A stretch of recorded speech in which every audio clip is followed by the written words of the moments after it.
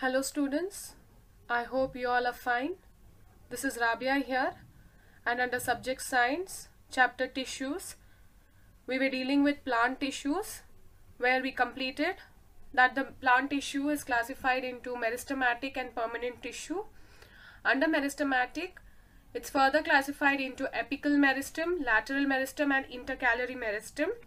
In the previous class, we started with the permanent tissue, and the permanent tissue is classified into simple and complex. Under simple, it's further classified into parenchyma, collenchyma and sclerenchyma. We also learnt about the fibers and sclerites in the previous class. In today's class, let us deal with the complex permanent tissue, under which you have the xylem and the phloem. So students, these are the complex permanent tissues. So this is a xylem tissue and this is a phloem tissue. We will learn in depth now. So the xylem tissue is having the components or the elements. That's your vessels. So this is the vessel. It's called as the xylem vessel or tracheae. And the other component is the tracheids. This is the tracheid. And it also has xylem parenchyma and xylem sclerenchyma, which is nothing but xylem fibers. Now let us see what is this xylem vessels or the tracheae. So this is the structure of the xylem vessel, students. So this is having a long tube, and this tube is formed by placing the cells one above the other.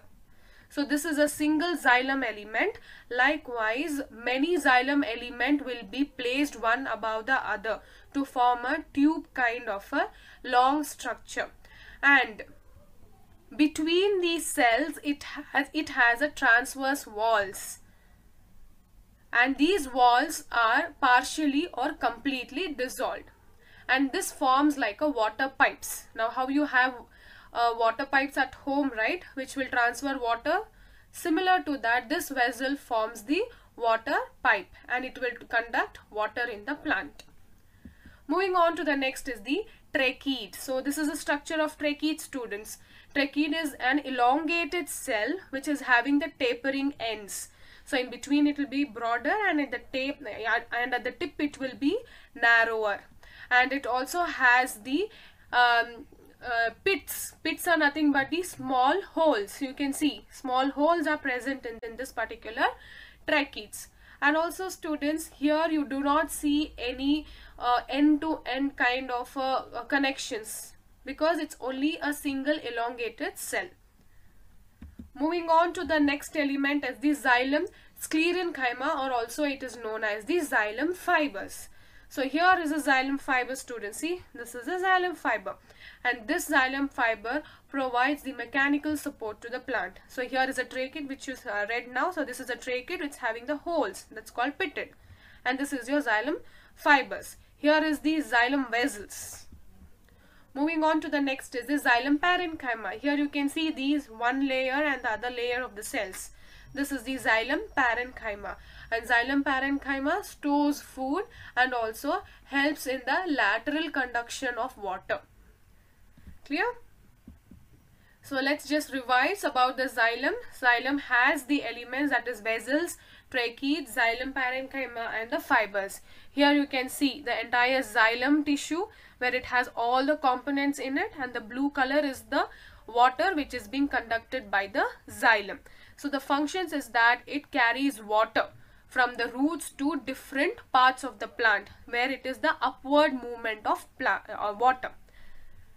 And also along with the conduction of water, since it has the xylem sclerenchyma or the xylem fibers and tracheids, they provide mechanical support to the xylem. Now let's move on to the phloem. Phloem is another complex permanent tissue. Students, phloem has these elements. Here you can see. So it has the sieve element. See, this is the sieve element. Along with that, it has the companion cells. Here you can see attached to the sieve element is a companion cells, and it has the phloem parenchyma and the phloem fibers. Phloem fiber is also known as bast fibers. Now let us see the Structure of these elements. Students, the sieve tube. So this is the sieve tube of the phloem, the entire thing. This is the longitudinal section, and here is a xylem. So both function. The xylem will provide water to this phloem, and the phloem will provide all the necessary energy and the food to the xylem and other parts of the plant. Now coming to your sieve tubes. Sieve tubes has cells. So this is one cell, this is another cell. So all the cells are arranged one above the other.